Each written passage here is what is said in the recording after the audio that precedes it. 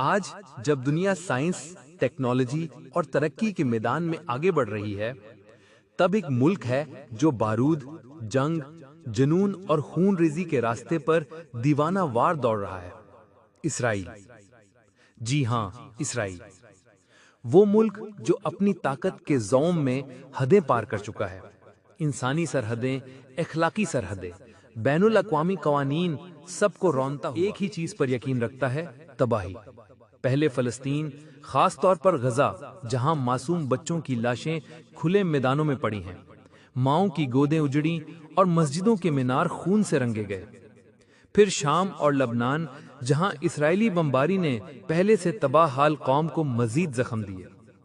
اور اب ایران پر حملہ، جو صاف بتاتا ہے کہ اسرائیل صرف ایک قوم یا ایک خطے کے خلاف نہیں، یہ پورے اسلامی دنیا کو عدم استحکام میں دھکیلنے کی ایک سوچی سمجھی سازش ہے۔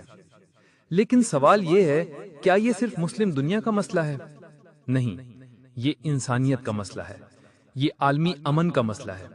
جب ایک ملک اپنی طاقت کے نشے میں بدمست ہو کر کسی پر حملہ کرے، اپنی فوجی طاقت کا بے دریغ استعمال کرے اور دنیا خاموش تماشائی بنی رہے، تو پھر یہ خاموشی صرف کمزوری نہیں، آنے والی تباہی کی پیش خیمہ بن جاتی ہے۔ آج اسرائیل کا جنگی جنون صرف اسلامی دنیا کے لیے نہیں، پوری دنیا کے امن کے لیے ایک خطرہ بن چکا ہے۔ اگر دنیا نے، اقوام متحدہ نے اور وہ طاقتیں جو انسانیت کا راہ گلاپتی ہیں اب بھی خاموشی اختیار کیے رکھیں، تو کل یہ بارود یورپ میں بھی گرے گا اور امریکہ میں بھی۔ کیونکہ ظالم جب بے لگام ہو جائے تو وہ کسی کی نہیں سنتا، نہ قانون کی، نہ اخلاق کی۔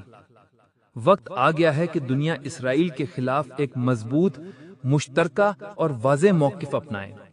یہ صرف فلسطینیوں، شامیوں یا ایرانیوں کی جنگ نہیں، یہ سچائی اور ظلم کے بیچ کی جنگ ہے۔